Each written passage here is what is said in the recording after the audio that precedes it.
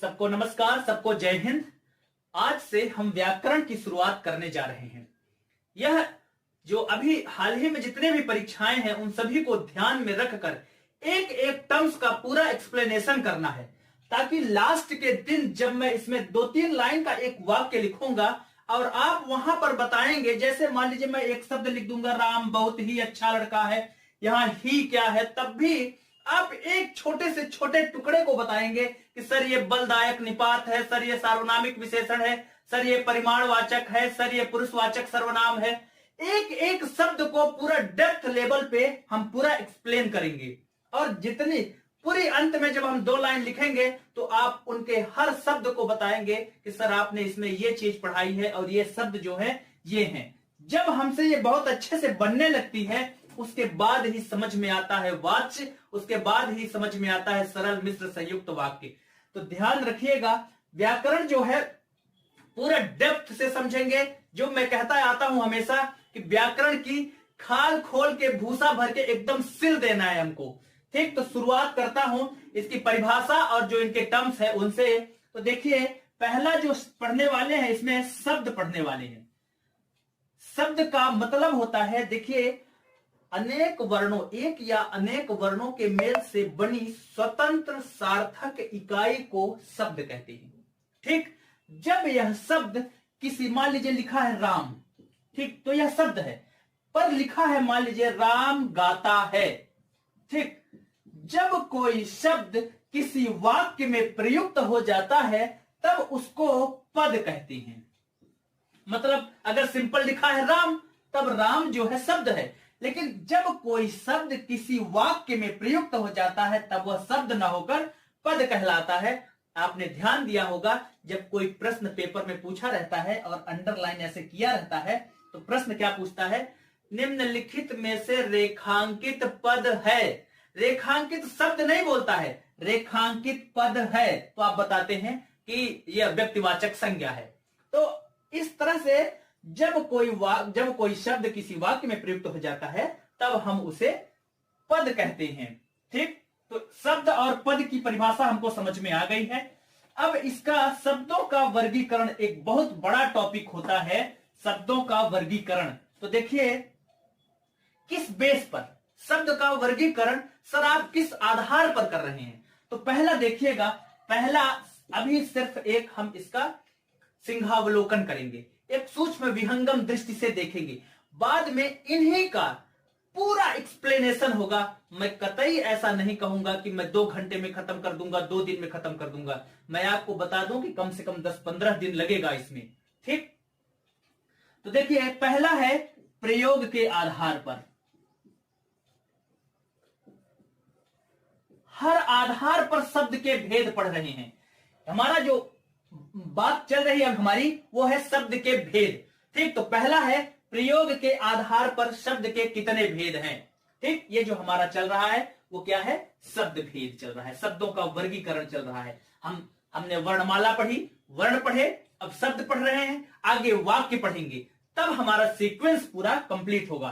तो प्रयोग के आधार पर शब्द के 8 भाग होते हैं या 8 भेद होते हैं, जिसको हम जानते हैं। नंबर 1 संज्ञा।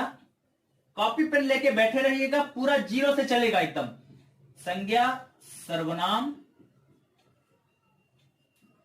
विशेषण, देखिए यह सीक्वेंस है पूरा, और क्रिया विशेषण, सॉरी क्रिया। ठीक, 5वां है क्रिया विशेषण, 6वां है समुच्चय बोधक। ये वही है सरल मिश्र संयुक्त वाक्य का ही पूरा डिकोड, ये समुच्चय बोधक के अंतर्गत ही आता है पूरा। 7वां है संबंध बोधक। पूरी हिंदी का सबसे विवादित टॉपिक है, सबसे ज्यादा कंफ्यूज करने वाले प्रश्न यहां से बनते हैं। राम छत के ऊपर सोया है तो दूसरी बात, और राम छत पर सोया है तो दूसरी बात हो जाती है, वो इसी में पूरा निराकरण होगा। और 8वां विस्मयादि बोधक।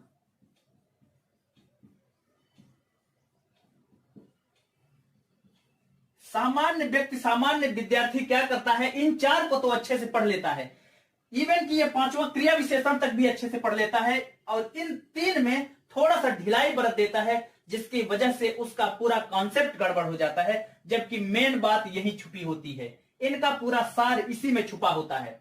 ये जो चार हैं इनको कहा जाता है विकारी शब्द। ये विकारी शब्द कहलाते हैं। ये जो चार हैं इन्हें विकारी शब्द कहे जाते हैं, और ये जो चार है ना इनको अविकारी कहे जाते हैं। ये अविकारी शब्द कहलाते हैं। सर ये विकारी अविकारी क्या है? तो देखिए, जिन शब्दों पर लिंग वचन कारक, ठीक, तीन फैक्टर बोला मैंने, लिंग वचन कारक, जिन शब्दों पर इन तीन चीजों का प्रभाव पड़ता है उनको विकारी शब्द कहते हैं। मतलब मान लीजिए जैसे एक संज्ञा मैंने उठाया लड़का, समझना, तो क्या इस पर लिंग वचन कारक का प्रभाव पड़ेगा? हां पड़ता है सर।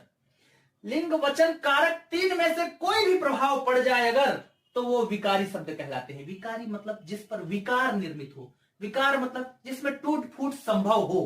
ठीक, अब कैसा टूट फूट संभव है? तो जैसे लड़का है, तो मैंने क्या तीन फैक्टर बताए हैं?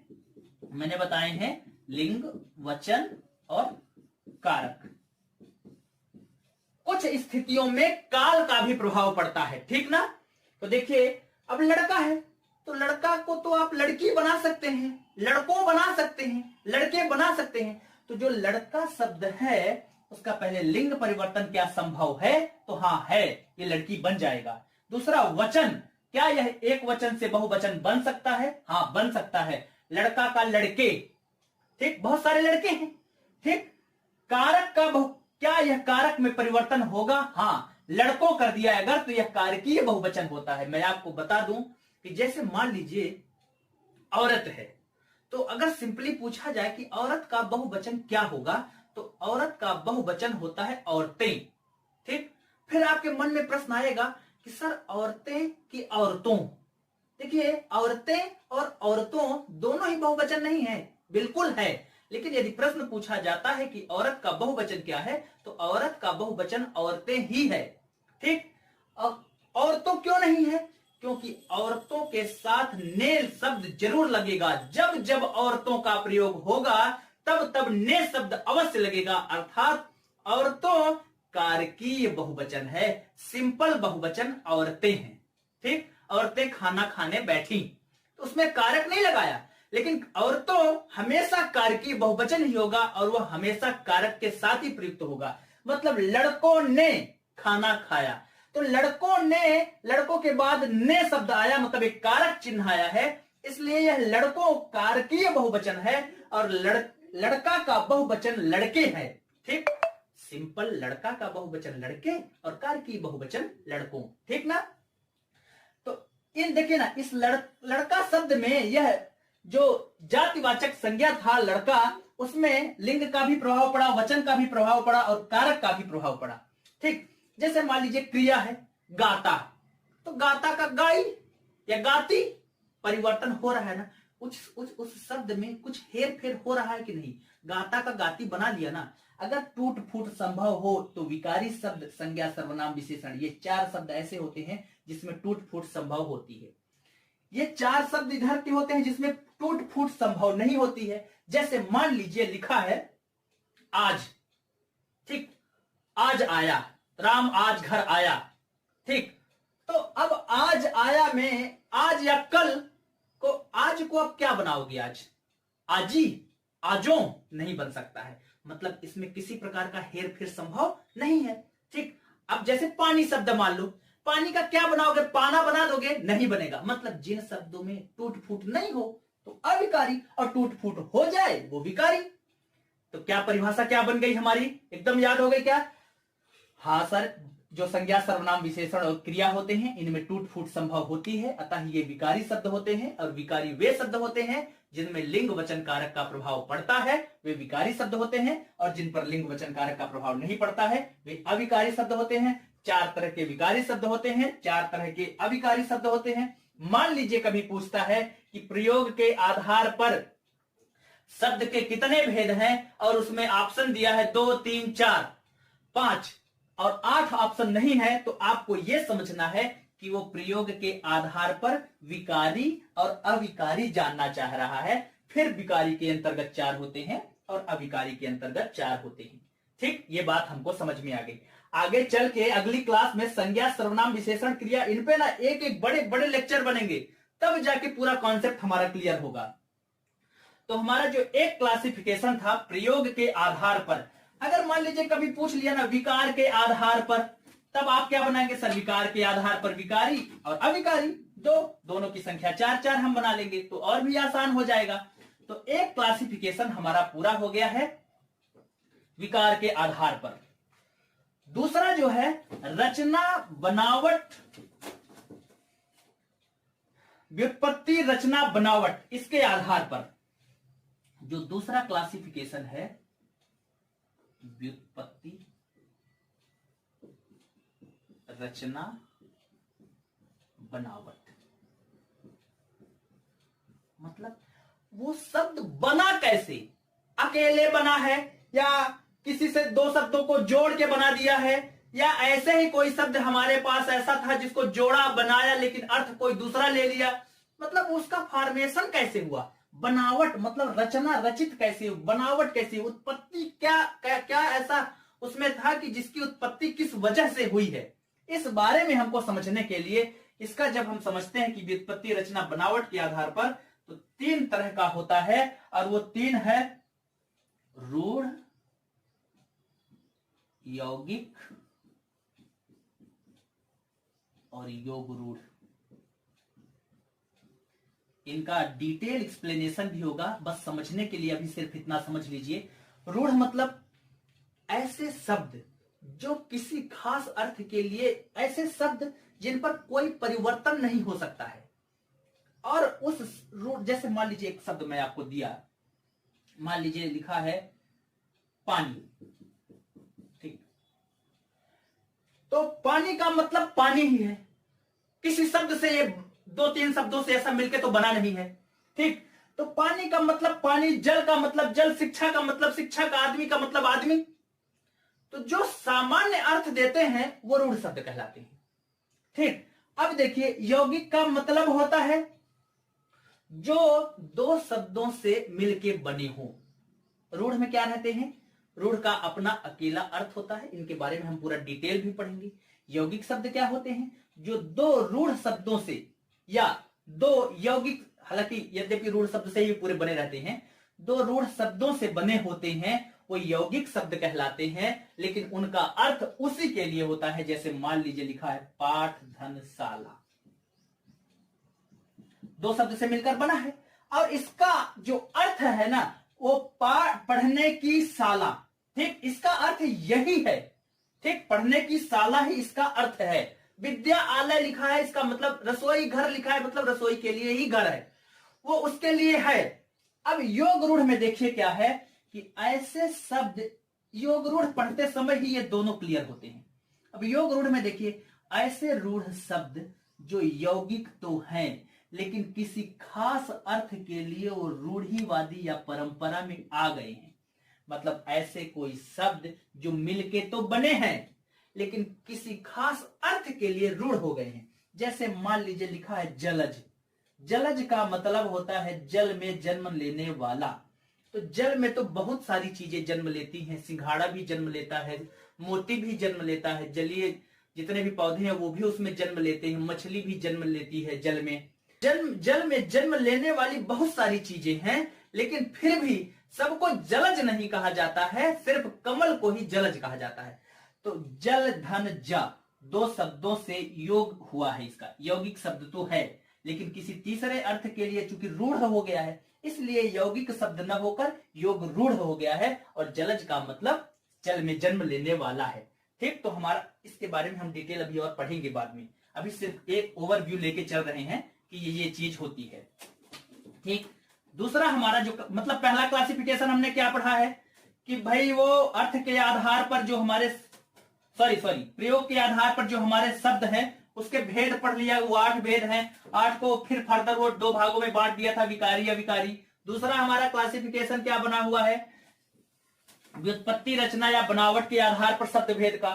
तीसरा जो हमारा बना है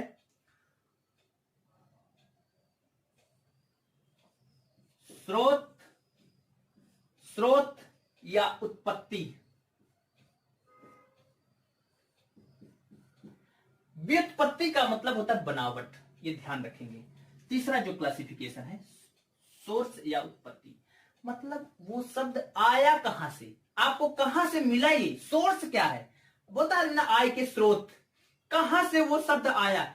हमारी हिंदी भाषा के जो शब्द है ना, कुछ संस्कृत से लिए गए हैं, कुछ अन्य देशों से लिए गए हैं, तो मतलब वो आया कहां से, इस बारे में चर्चा करने के हिसाब से स्रोत या उत्पत्ति के आधार पर शब्द के 5 भेद होते हैं।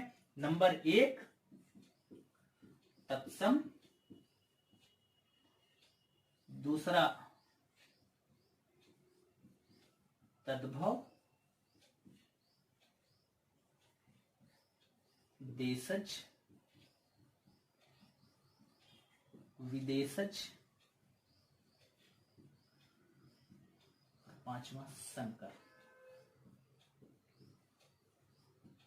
कहीं कहीं किताबों में 4 प्रकार के दिए हैं। देखिएगा संकर शब्द हमारे हिंदी में प्रचलन में है, इस वजह से इसको डालना हमारी मजबूरी भी है। ठीक, तो स्रोत या उत्पत्ति के आधार पर 5 प्रकार के हैं। तत्सम, जैसे मान लीजिए लिखा है मछली, मछली का तत्सम है मत्स्य। ठीक, मत्स्य हम लोग पढ़ते हैं जीवन में ही। ठीक, तो तत्सम और जो संस्कृत के शब्द रहते हैं तत्सम हिंदी में ज्यों के त्यों आ गए। ठीक, तद्भव जो हमारे देश में बने, जैसे लुटिया डुबोदी, लुटिया, थैला, है ना, तो इस तरह के जो शब्द रहेंगे, मेहरारू, मेहरारू, मनई, ये शब्द जो है हमारे देश में ही इन शब्दों का जन्म हुआ है, इसलिए देशज। इन सब को डिटेल में इनके पूरे शब्दों की सूची आपको बताई भी जाएगी। ठीक, अब जैसे तत्सम, तद्भव, देशज हो गया। विदेशज जो विदेशी से आए हैं, जैसे स्कूल है, अंग्रेजी भाषा का शब्द है लेकिन हम लोग अक्सर इस्तेमाल करते रहते हैं। कैंची तुर्की भाषा का शब्द है लेकिन कैंची रोज आदमी दिनचर्या में इस्तेमाल करता रहता है।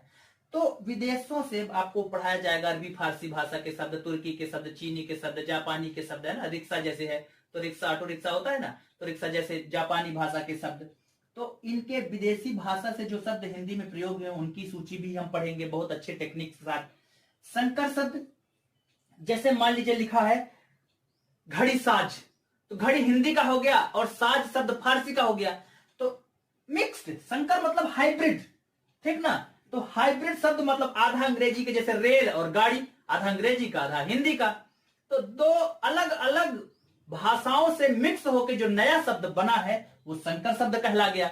तो स्रोत या उत्पत्ति के आधार पर 5 प्रकार के क्लासिफिकेशन हमने शब्दों के इसके भी पढ़ लिए हैं। जो है अर्थ के आधार पर शब्द के 8 भेद होते हैं। देखिए किसी किसी किताब में 5 मिलता है, किसी किताब में 6 मिलता है। मैं 8 की सूची आपको दे देता हूं ताकि आपको किसी प्रकार का भ्रम ही नहीं रहे उसका।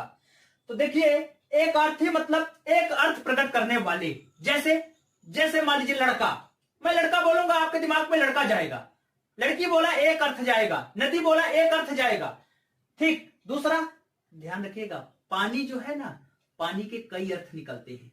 रहमन पानी राखिए, बिन पानी सब सोन, पानी गए नऊ भरे मोती मानुष चून। तो पानी का, मैं उसके घर गया उसने मुझे पानी भी नहीं पूछा, तो पानी एक अर्थी नहीं है, पानी अनेकार्थी है, मतलब उसके कई अर्थ, अनेक अर्थ निकलते हैं। दूसरा जो है अनेकार्थी, मतलब उस शब्द के अनेक अर्थ निकले।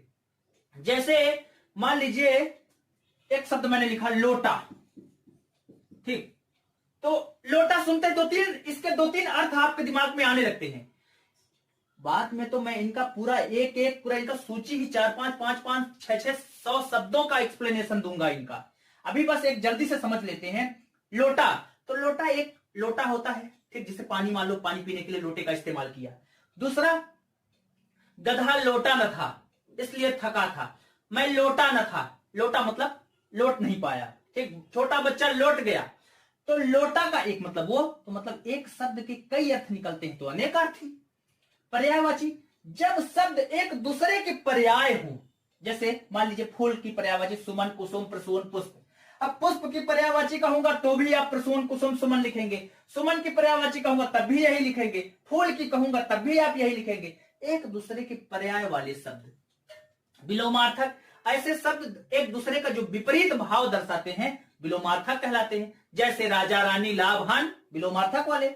शब्द युग्म, समानोच्चारित, अर्थात ऐसे शब्दों का युग्म जिनका उच्चारण तो समान है परंतु अर्थ अलग है। जैसे मान लीजिए लिखा है कपिस और कपीस।